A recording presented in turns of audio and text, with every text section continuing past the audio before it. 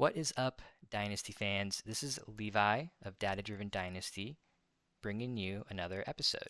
Today, we will be talking Dynasty Theory, and more specifically, what is the best way to draft in the first 3 rounds of a 12-team Dynasty startup, or the top 36 players in whatever format that you like to play. What I'm hoping is that this information will be helpful not only for this year with these players, but in subsequent years as well and across any dynasty format that you like to play in. So, first off, why are the first 3 rounds so important?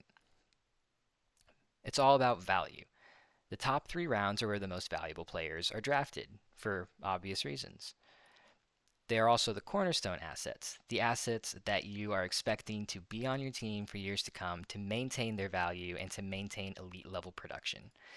And lastly, these players are the ones who give your team a lot of flexibility. They have a ton of value, they're highly sought after. And so, if you need to start a rebuild, if you need to push for a championship, you can cash in that value in instances where you really feel like you need to in order to better the range of outcomes for your team heading into the future. So, now, just how valuable are the top 36 players? Here on the left, I graphed out the keep trade cut average values by round. And as we can see, there's a large gap in value between rounds as we move from the top of the graph down to the lower rounds. However, around the 11th round to the 12th round, the drop off in value gets super small from several hundred points here in the early rounds to just 100 points here in the 11th, 12th, and 13th rounds. And so this is what I like to call the value plateau. Beginning in the 11th round with a veterans only startup, the players begin to have very small differences in value even across multiple rounds. So my example is player 130 is not significantly more valuable than player 160, right? And so while player 130 might be more valuable or be preferred for a lot of teams, more teams in more situations, there's still going to be a significant number of teams and situations where you would want player 160. And so these players are Cooper Kupp at 130 and Adonai Mitchell at 160. And while it seems like, at least by Keep Trade Cuts assessment, Cooper Kupp is the more valuable asset. But for me and most of my teams, I feel like I would really rather have the younger, higher upside wide receiver, even if he is in a bad situation, even if he did have a bad rookie year, production wise. And so, as we can see, you can take any two players in this big range and they are not significantly valued significantly differently. And the other piece of this is that assets in this range are not really standalone assets anymore. And this is important because whenever we are looking about the realistic value on your team, the value that you can pick up and do something with, right? These players don't really add much value in that sense. 14th round pick, someone like Dallas Goedert or Pat Fryermuth or Xavier Legette. Some of these players are players that you absolutely want on your team, but they don't necessarily have standalone value as an asset that you can take that and move it for something of significant value. And so, and I'll talk a little bit more about this value plateau in the next slide as well. So, how much of your team's realistic value or trade value is in the top 3 players? And so, when I did this calculation, I added back in the value of those 2025 rookie picks, and this pushed that value plateau down about 2 rounds. And so that's where we're gonna cut off that realistic trade value is round 12.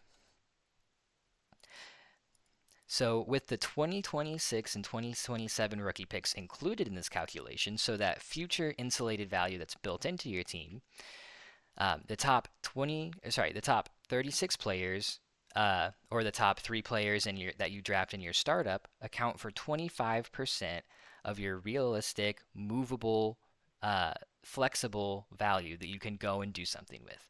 That is 1/4 of the value of your team that you to go and do anything with in 3 players.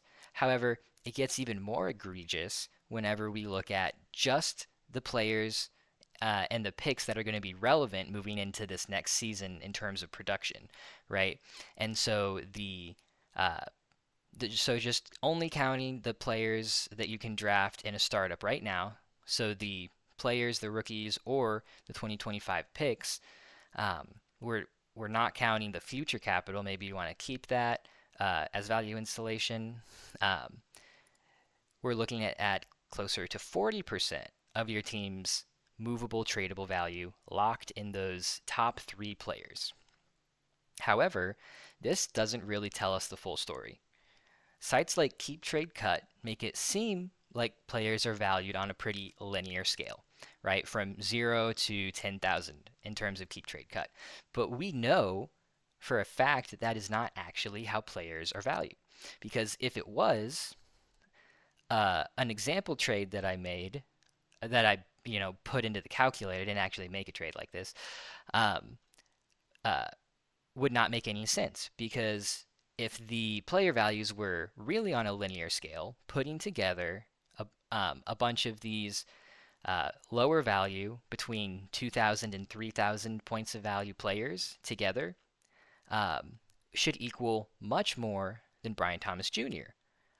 However, we've all seen the value adjustment tab on many uh, of these fantasy football trade calculators because just because a player has a certain amount of value doesn't mean that that value is something that you can cash in and trade up for a different player, right? And so here we have Brian Thomas Jr. against 6 of these 13th, 14th, and 15th round startup picks. And you can see that the value that has been adjusted trading for Brian Thomas Jr. is actually more than Brian Thomas Jr.'s original value.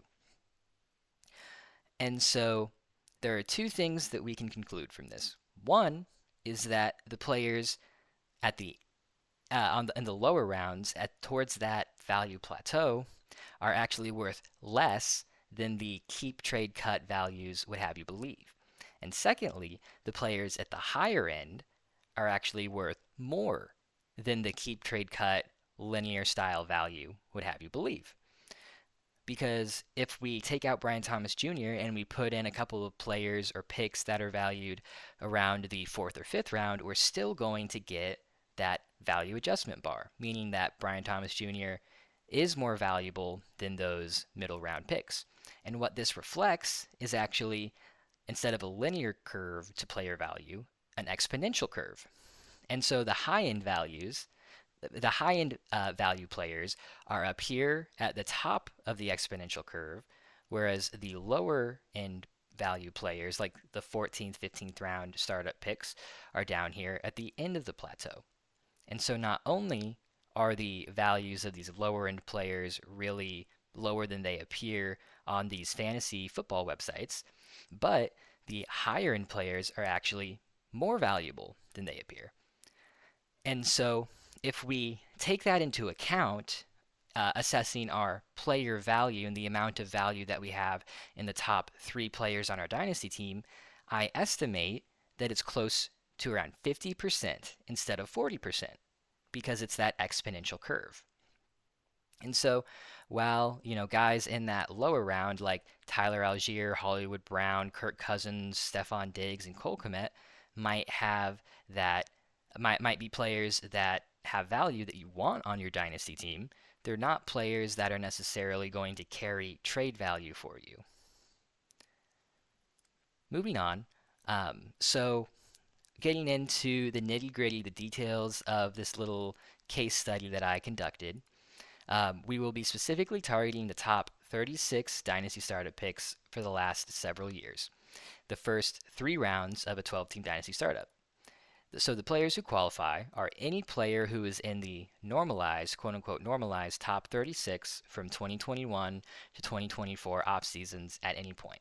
So if uh, 2021 was the tail end of a player's stint as a top 36 startup pick in Dynasty, they will still be included, and we will take into account all of the seasons for that player before they hit 2021. So, what do I mean by normalizing the data? So, um, due to the difference in superflex and non-superflex eras, it was a little bit difficult to assess quarterback value in relation to wide receiver, running back, and tight end value. And so, in order to make the data make a little more sense, make things more consistent, and actually be able to find meaningful data, I chose to use the top 12 QBs drafted every year and the top 24 skill position players. And now I could have chosen a different number of quarterbacks to use because some years there are more or less quarterbacks who are chosen in the top 3 rounds. But I really think that limiting the number of quarterbacks to those high-end elite guys and having more of the skill position player representation as opposed to less was better for the study and yielded some better data. So I used fantasydata.com to find the historical ADPs going back, these several years. And I did end up finding a couple of discrepancies in the data that fantasydata.com had. And so I tried to double check and make sure that I fixed all of them, for players who were very obviously drafted in the top 36, but for some reason were not actually listed on the ADP chart, like Jamar Chase in 2023. And so, if there are any more discrepancies that you see that you feel like a player was in the top 36 a certain year, or they were definitely not in the top 36 for a certain year, definitely let me know. I recognize that this data is not perfect, and um, because of a not completely reliable source, but we do the best we can, and I will make any adjustments necessary if you bring something like that to my attention. But keep in mind that this is the average over an off season, and so some players shoot up the board or fall down the board throughout the off season for various reasons. And so keep in mind that if you think that a player was definitely in the top 36 in 2022, they might have shot up the board late in the startup draft process. Um, and so, because I'm taking the ADP over the entire offseason, that might not really be reflected in the ADP that we see here. All right, moving on. What exactly am I looking for? So, the seasons played when the player entered the top 36, the year the player first showed up in the top 36, the offseason specifically when they were drafted as a top 36 asset, and then the number of years the player stayed in the top 36. One of the most important data points that I'm gathering. As well, I'm also looking at whether the player is still in the top 36, what the player's age is now and when they first hit the top 36, as well as looking for players who quote unquote hit or retained their top 36 value for over 2 years. So what players are the most likely to retain their value over time? That's the overarching question that we're trying to answer. So I'm going to break down some of the data that I got in the study. So first off, the vast majority of players fell into 2 categories. One, players that sustained top 36 value for 1 or 2 years, but not any longer. And 2, players who sustained top 36 value for 5 or more years. And so I'm going to hop over to the Excel sheet and kind of show you. So these red players we're separating right now by the number of years the player has been in the top 36. So These players in red are players who only retained that top 36 value for 1 year. And then these players in yellow are players who retained the top 36 value for only 2 years. The blue highlighted players are people who have not retained their value for more than 2 years, but they are still being drafted in the top 36. And so we don't really know where these players' data points end. And so we can kind of ignore them in this portion of the discussion. And then down here in the dark green, we have a huge chunk of players who retained their value for 4, 5, 6+ years. These players who, like CeeDee Lamb, Justin Herbert, and Jamar Chase, they only retained their value for 4 years, but I included them in the 5-year plus category because they are all still most definitely going to be drafted in the top 36 in the average ADP by the end of the season. And then in this light green tier here is the group of players from 2021 to 2024 who were only in the top 36 for 3 to 4 years.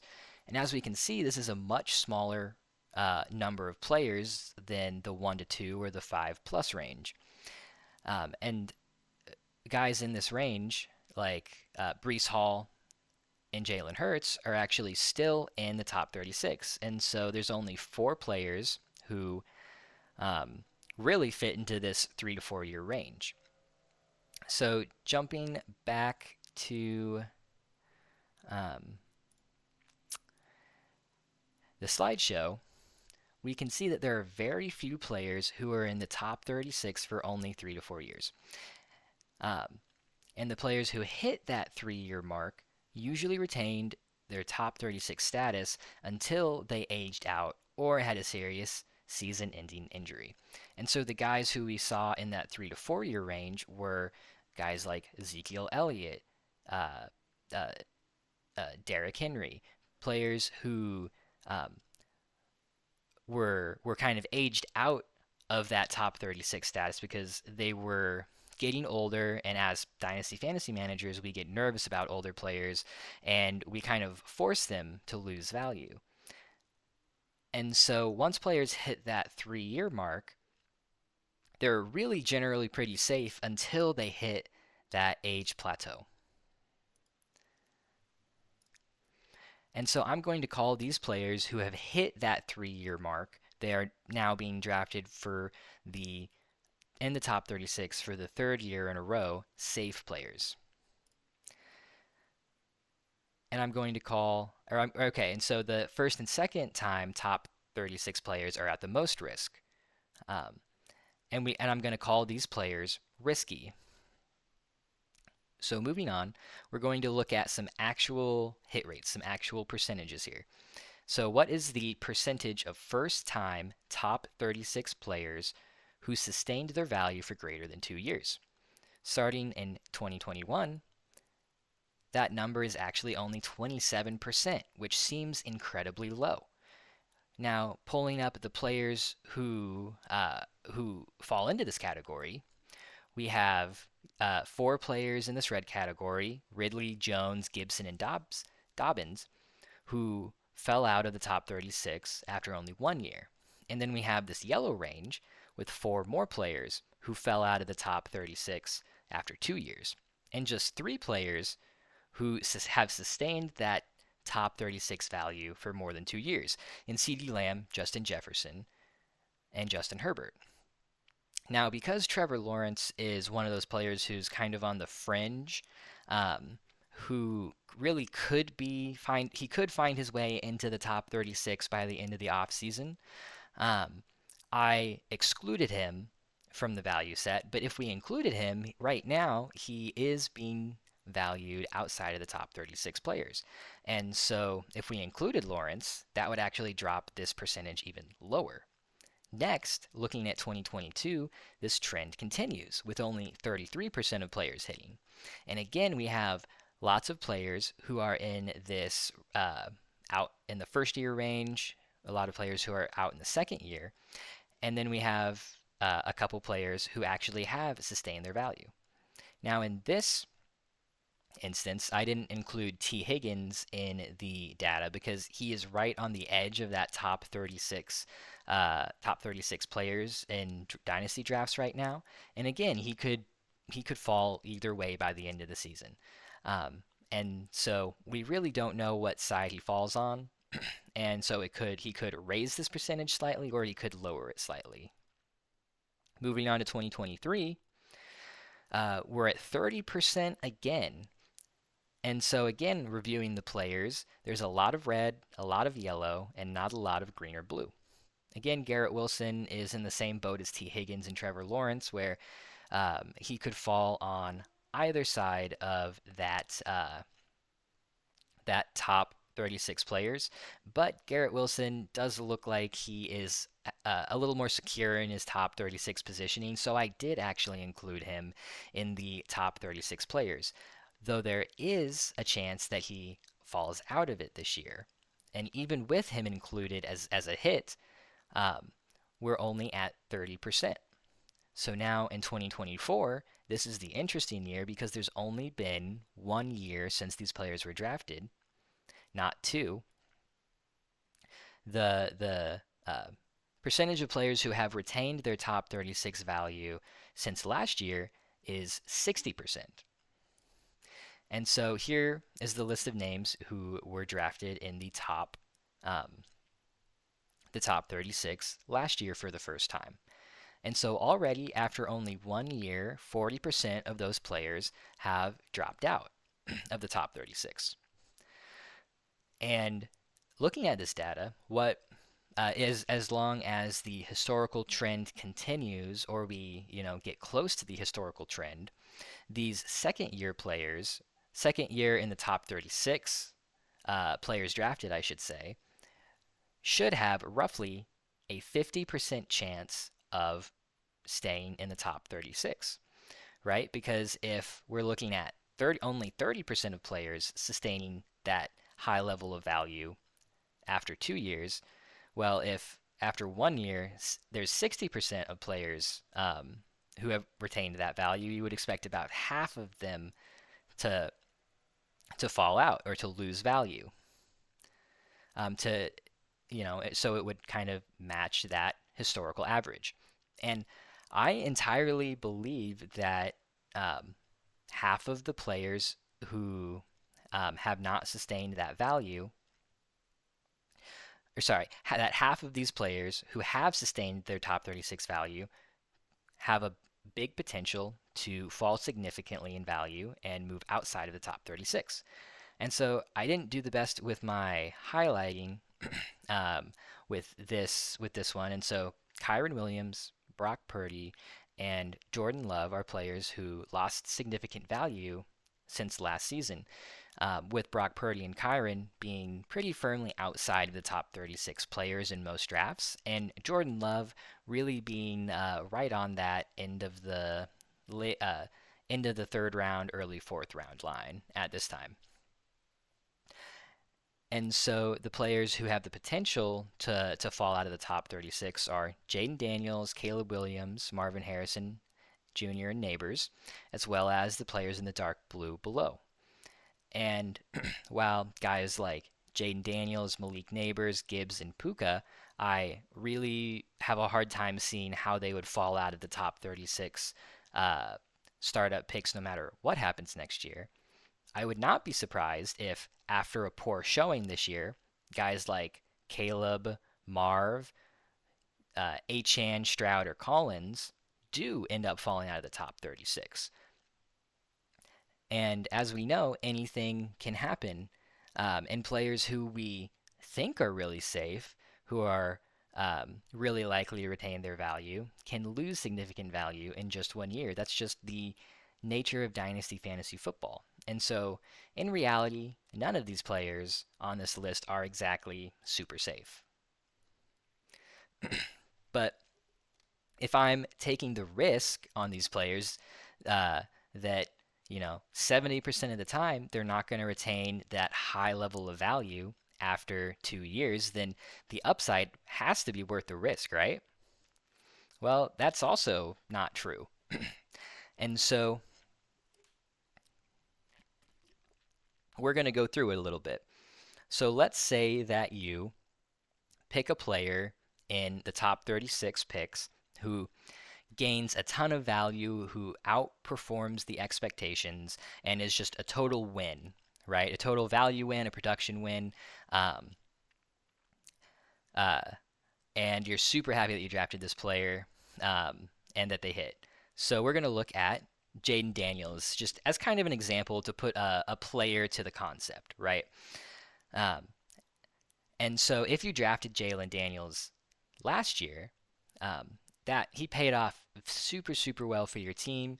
He outproduced expectations on the field and for your fantasy teams, and he gained a significant amount of value as well. But now let's talk. Now we're going to try and dive into, is that upside of drafting someone like Jaden Daniels, really worth that risk of that same player losing value? And so the two scenarios we have here, after you draft a player who increases significantly in value, specifically in the top 36 startup picks, you can either keep that player, take the production they give you, hold on to them for an extended period of time, or you can move the player and take the value in. So first, let's talk about the production. And so while the top level quarterbacks, those guys who have rushing upside and passing upside, are projected to score a ton of fantasy points, and they do year after year because that is just what is very valuable for fantasy. A QB1 who falls into that category, so maybe the top three quarterbacks, versus a low end QB1, really is only projected 4 to 5 more points per game each week. And while that is a significant increase, that's not, I don't want to minimize how many points that is and how much of a difference that can make. Realistically, when you are in a start 9, start 10, start 11 dynasty team who is projected to score 140, 150 points per week, you're only statistically increasing your odds of winning any given matchup by 2% to have that, top 3 QB versus maybe the 10th, 11th, or 12th scoring QB. And so the same thing can be seen with the wide receivers and the running backs as well. The wide receiver 1 doesn't significantly increase, having the wide receiver 1 over someone like the wide receiver 8 doesn't significantly increase your odds of winning a matchup. So mathematically, a 2% increase in your likelihood to win your matchups each week is actually not that likely to change the outcome of any of your matchups for the entire year. While it is likely that one of the matchups in your dynasty league in that year will be won by that difference in production, there's also a 30 to 40% chance that having that increase in production won't make any difference for you the entire year. And so for your big production payout, for placing a bet on one of these risky players that only has a 30% chance to hit and sustain their value, you only get a marginal increase in your odds to win a championship. So the moral of the story here is that individual players really aren't what win championships. It's more about building out a strong roster, having having plenty of productive players to fill all your flex spots, to fill all your position spots, and really put together a balanced, strong team instead of having one or two high-end producers. Now, I will say that these high-end producers become more valuable in shallower formats like a start 7 or a start 8. However, the risk associated with these players is still significant, and I believe that risk still outweighs the reward because you're taking a huge gamble for, again, a limited increase in the odds that you can take that player to the bank, that you can win a championship and make money. So let's move on to the second scenario where You draft a risky player, they increase significantly in value, you got that huge win, and you're ready to cash out on that value. So, looking at what happened with Jaden Daniels, his value skyrocketed this last year. It went up by approximately 50% if we look at keep trade cut value. But in order to understand whether or not this significant increase in value, which really can do a lot for your dynasty team, we have to look at the odds of a risky player increasing in value to that degree. So, if we already established that the odds of a player simply maintaining the top 36 value is 30% over time, the odds of a player increasing in value significantly is going to be even lower than that. So, from the data I collected, it looks to be about 18% of the time a player will significantly increase in value within that risky player group, which means you have less than a 1 in 5 chance of getting a significant value win over a 2-year period with these risky players. And the biggest payout that you can get when you hit the literal jackpot on a player like Jaden Daniels is a 50% increase in value.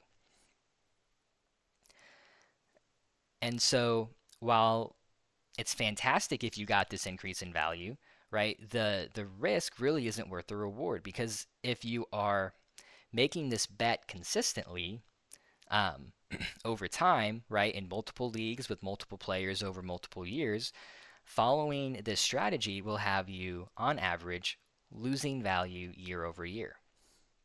So this begs the question, why are big value wins in the top 36 so rare?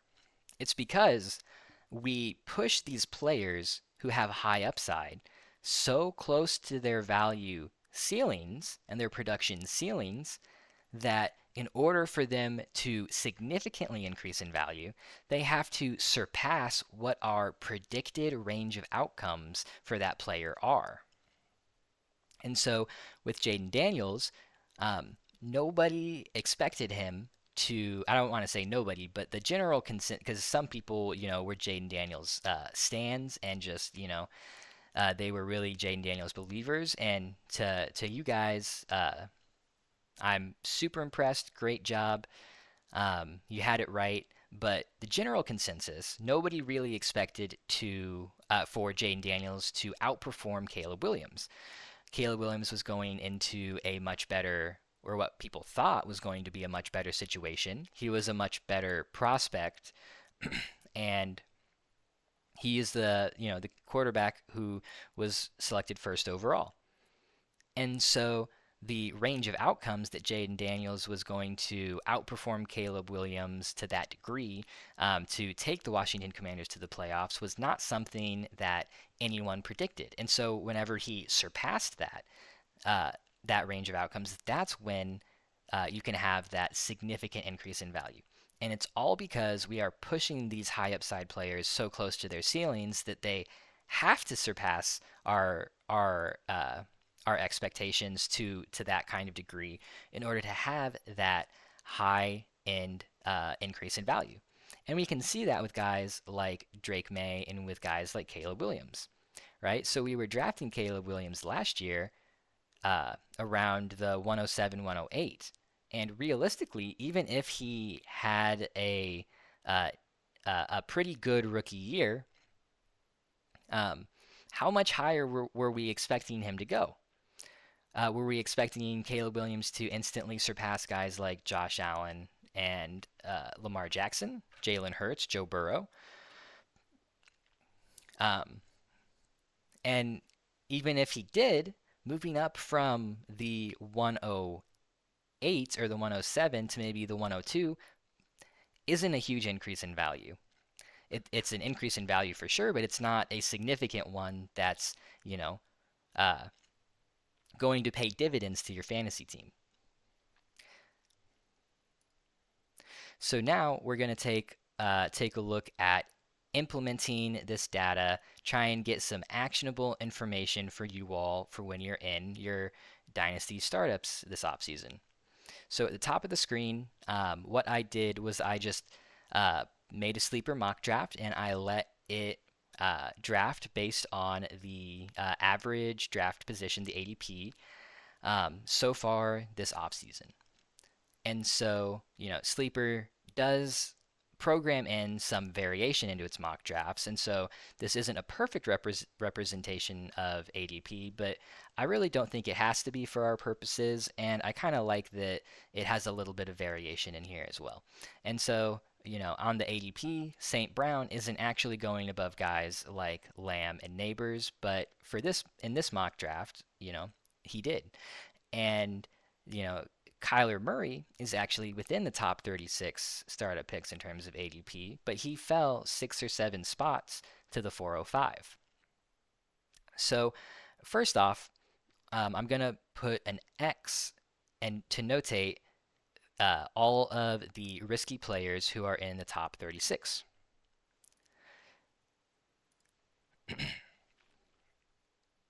And so, again, due to the parity in the draft, in this mock draft specifically, and the variation in your all's drafts, I'm going to extend out this to the 405 to Kyler Murray. And so, the players who have X's through them are the players who are in their first or second year being drafted in the top 36 Dynasty startup picks. And so, as we can see, we as a community really have done a good job at identifying who the best players to pick are, because all of the players who we have identified as safe are concentrated in the first round and then in the top end of the second round. And so telling you to draft safe players in this range, the ones that we have, identified as being in the third year of being, or third year or more of being in the top 36, isn't super actionable advice. There is some uh, actionable information here when we look at this tail end of the first round and the beginning of the second, but I think we need to do a little bit more digging in order to really give you some actionable information. And so we're going to make a few more caveats to this rule. So a good predictor of value retention is also a player who has had 2+ years of elite production in a row. And so what the data has kind of shown is that 1 year of elite high-level production really isn't enough of a sample to tell us if that player is going to continue that production in the future. And so we can look back at guys like Najee Harris, who had a top 3 running back season his rookie year and then was just downhill from there. A guy like Calvin Ridley, who was wide receiver 5 in 2020 and has barely been a wide receiver 2 since. Also, someone like Devontae Smith, who had a wide receiver 1 season in his rookie year, and then his production has been downhill since as well. A major example of this is a guy like Justin Fields, right? He had one QB7 season, and we were ready to draft him in the late first round because we were projecting forward that he was going to continue to produce that way. And we all know that Justin Fields, while he's on the field, can score significant fantasy points for your team. But the problem is, whether or not he's a good enough starting quarterback to have a job consistently. And we saw stark fall-offs in the value of other QBs as well after who put up one pretty elite season of production, and then after that had a disappointing year or two. Guys like C.J. Stroud, Jordan Love, and Trevor Lawrence fall into this category. Other familiar names who had limited high-end production but who could not sustain it over time are guys like Anthony Richardson, DJ Moore, Kyle Pitts, J.K. Dobbins, and Javonte Williams. And so As we can see, 1 year of elite production is not enough to predict longer term value retention, but 2 or more years of elite value production, especially in a row, is pretty predictive of value retention for players. And so I'm going to take out the X's on players who fall into that category. Like Trey McBride, last year he was an elite tight end, and the year before in 2023, that back half of the season, when he actually was able to get on the field and not being trapped on the depth chart, he was an elite producer in the back half of that season as well.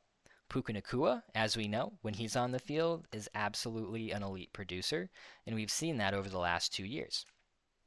This also goes for a guy like Devon Achane and a guy like Nico Collins, who have had multiple years where they have shown consistent stretches of sustained elite production. Um, so this still doesn't free up very many picks here in the second and third round. And so let's take it one step further and look at players who came into the league and produced right away. And so jumping back to the Excel sheet, in this green category, we can see that a ton of these players who are in the 5 or more seasons of sustained top 36 value, they jumped into their role and they produced really immediately and found themselves in the top 36 very quickly. And so these are guys like CeeDee Lamb, Deshaun Watson, Alvin Kamara, Nick Chubb, Kyler Murray. And there's a couple players in here who do have uh, a couple of years before they started producing, and then they, made it into the top 36 and sustained that value. But these are generally older players like Matthew Stafford, as you can see, DeAndre Hopkins, Travis Kelce, Devontae Adams, and Dak Prescott. And so the older trend of second, third, or even fourth year players having breakouts and significantly increasing in value and production has really faded in the last couple of years. For wide receivers and running backs specifically, those players who come out and produce right away at a high caliber, it really is pretty predictive of players who are going to sustain their value.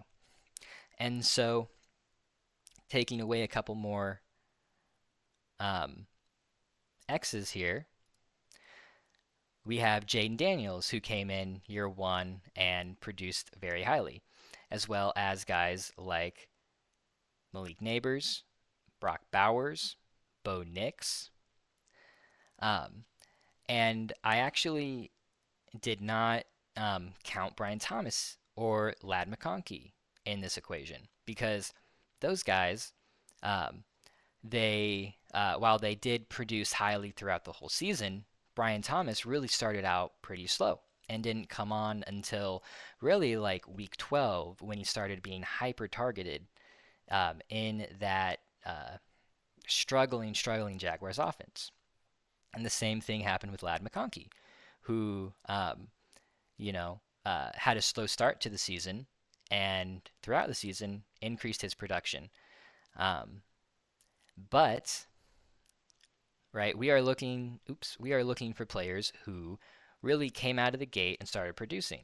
And those are the players who have been really predictive to retain their value. Players who, proved themselves very, very quickly and produced at a high level. So, as we can see, we've got some names covered up here, like Ladd McConkey, Drake London, Bucky Irving, Ashton Jeanty, Rashee Rice, who are really popular players right now. And in particular, I've been drafting a ton of Rashee Rice, Ladd McConkey, and Drake London. And so it pains me more than any of you to have to say that these guys fall into this basically the riskiest category of players here in the top 36. And so this isn't, me hating on these players because I really like guys like Rice, London, and McConkey. I also am a big fan of Drake May and CJ Stroud. But the data is telling us that these are the players who are the most likely to lose significant value over time. And so, in conclusion, when drafting players within the same tier in the top 36 in startup drafts, right, in this same or similar tier, caveat at the top here is really the most important part. Um, the data tells us to follow these four guidelines and keep in mind these three kind of warnings, right? And so I say guidelines because these aren't hard and fast rules, right? I don't want to tell you what to do, right? Tell you what you can or can't do, who you can or can't draft. But if you are watching this video, then you are interested in, actionable advice about drafting a dynasty team that is going to have both production and value longevity. So just remember that these are loose guidelines to help you avoid unnecessary risk, not absolute rules. And since these guidelines are based off of tiers, you can actually plug in your own tiers, and you can get a different assortment of suggestions based on your tiers, or maybe you want to plug in the tiers of your favorite content creator, right? And you can get varying kind of top 36 rankings for who you should draft based on your own tiers, right? And so I think that this system is much more flexible than if I had just came out with my own top 36 cornerstone rankings or top 36 players to draft rankings. And this also lets you plug in different league settings, right? Different dynasty formats. So you could do follow the same process, these same guidelines with a one QB league, as long as you either have a content creator whose tiers that you want to use, and you can apply the guidelines to those tiers, or if you are a pretty savvy dynasty player who has come up with their own value tiers for players. And so again, I'm really shooting for flexibility in these guidelines. So let's run through them real quick, right? So first off, we want to prioritize players who are in the safe category. Secondly, we want to look at players who have 2+ years of top 6 production. Then we want to look at players who have 1 year of top 6 production, especially those players who have really elevated their offense, right? They are elite talents who jump off the screen when they're playing. Guys like Jaden Daniels and Malik Neighbors. To name some of those players who only have had that production for 1 year. This category also, right, the players who elevate their offense.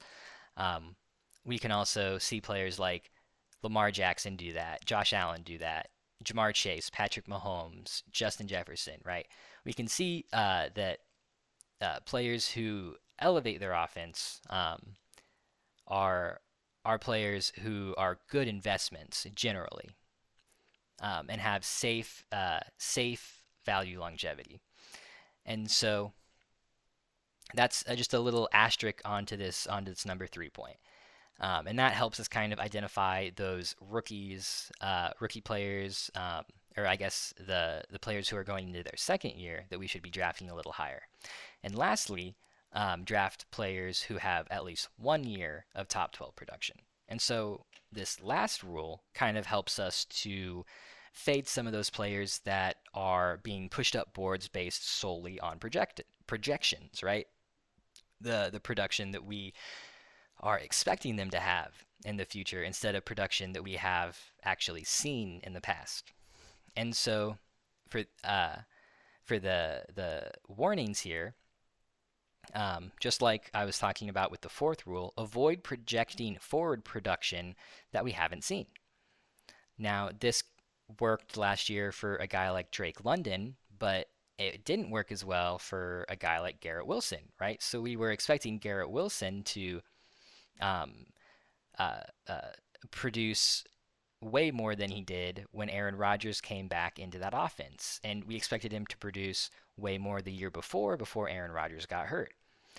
And so Um, if we would have avoided Garrett Wilson a little bit more or faded him um, down the draft board a little bit because we had not seen that top 12 production, we could have avoided the value loss that we got last year from him.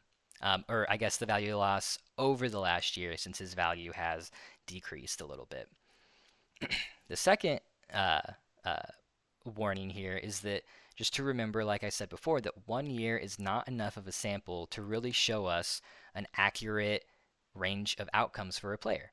And so, right, just using Malik Neighbors as an example, I believe that he is an incredibly talented player and one of those players who uh, elevates their whole offense. He's that type of talent. But what if, right, last year was his high end range of outcomes? Maybe having a worse quarterback, especially in the first part of the year when Daniel Jones was still throwing him the ball, right? Like a quarterback who is at least competent enough to feed Neighbors the ball. Maybe being in a very underwhelming Giants offense, he was over targeted. And if the offense gets better this year, if a better quarterback comes in, maybe that better quarterback can um, get more passes to people who aren't named Malik Neighbors, right? This is just a hypothetical because really none of us knows. And honestly, I suspect that Malik Neighbors is one of these guys who is going to retain his top 36 value for several years, right? I think that, in just my personal opinion, that he is an elite talent. But just hypothetically, right, we've only seen him for 1 year. And if last year was his high end range of outcomes, and then in the next 2 or 3 years, he's hovering more at a wide receiver 9, a wide receiver 10 range, then he is going to lose value. I don't think even in that scenario, he would lose enough value to fall out of the top 36. But again, we're just talking about range of outcomes for a player, even one that we are really excited about, like Neighbors. And then the last warning is just that the further you go in the top 36, the more risk you should be comfortable accepting. And so, you know, there's going to be a player that's going to fall to you that is going to fall into one of these risky categories. And I'm not saying that you can't draft these players by any means. It's just that if you follow these guidelines, right, you will minimize the risk of drafting these players. Because if you are drafting guys like Nico Collins, Achan, ahead of a guy like Drake May, and then Drake May falls to you, or I mean, I guess if the entire draft is picking guys like Nico Collins, Devon Achan, Bo Nix, some of these guys with more proven production ahead of Drake May, and Drake May falls significantly into the third round to the 304, the 305, I feel way more comfortable drafting him there in the third round because one, you're investing less value into that player because it's a later pick, and two, he then has a much higher opportunity to increase in value from where you drafted him. And so guys like Drake May and Caleb Williams, who we really haven't seen that elite production from yet, and we can absolutely make excuses for these guys and make a good narrative for why they weren't producing. We really haven't seen it yet, and so it makes sense that these guys are at the highest risk of losing value. So, real quick, let's run through just a couple of examples of implementing these guidelines into a draft. So, for me, I think that there is a fairly large tier of players that are all in maybe not in the same tier, but at least in a similar enough tier for me to consider them together, from Brock Bowers to Puka Nacua. And so if that is the tier that I am looking at, if we first prioritize players who are safe, those safe players who have fallen into that category, um, I would be drafting guys like Jahmyr Gibbs, CeeDee Lamb, Neighbors, Patrick Mahomes, St. Brown, and Bijan. ahead of some of the other players, right? Like Bowers, um, Nakua, and Neighbors. And then if we go down to the second guideline, right? So who are the players who have 2 years of top six production? That would be guys like Puka Nakua and Jameer Gibbs, ahead of guys like Bowers, Brian Thomas, and Malik Neighbors. And then if we look at the players who have had the 1 year of top six production, that really is the rest of the guys, right? Bowers, Thomas, and Neighbors, who have had that elite level production. But I think Thomas and Neighbors were just shy of that top six, but we'll be generous. If they didn't fall into into that third category, they would fall into the fourth. And so here's where you can implement your own tiers. And so if you have, for example, Malik Neighbors and Brock Bowers in a tier above those previous guys that I was talking about, then absolutely, right? Do that same process within that tier. And so if you did that, that would have Neighbors and Bowers being in the same group. And you can pick whichever one you favor, whichever one you like better. But the point is that if you value these players similarly in a similar tier, it's better to go with the lower risk players first, even if they have less value, even if you might rank them in a different order. Having that value installation and avoiding that risk is very significant, is important, and it's significant to ensuring the value of your dynasty team going forward.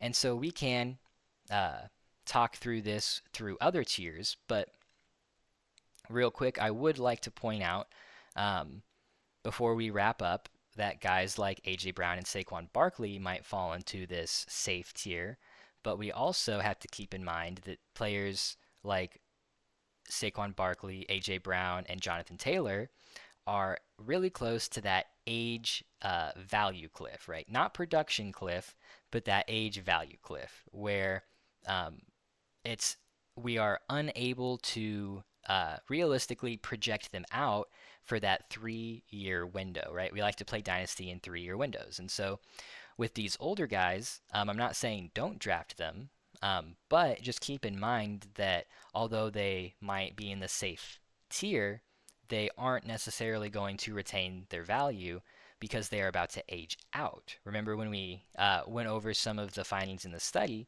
Um, there's all these players who were in that 5+ years of retained top 36 value who aged out eventually, right?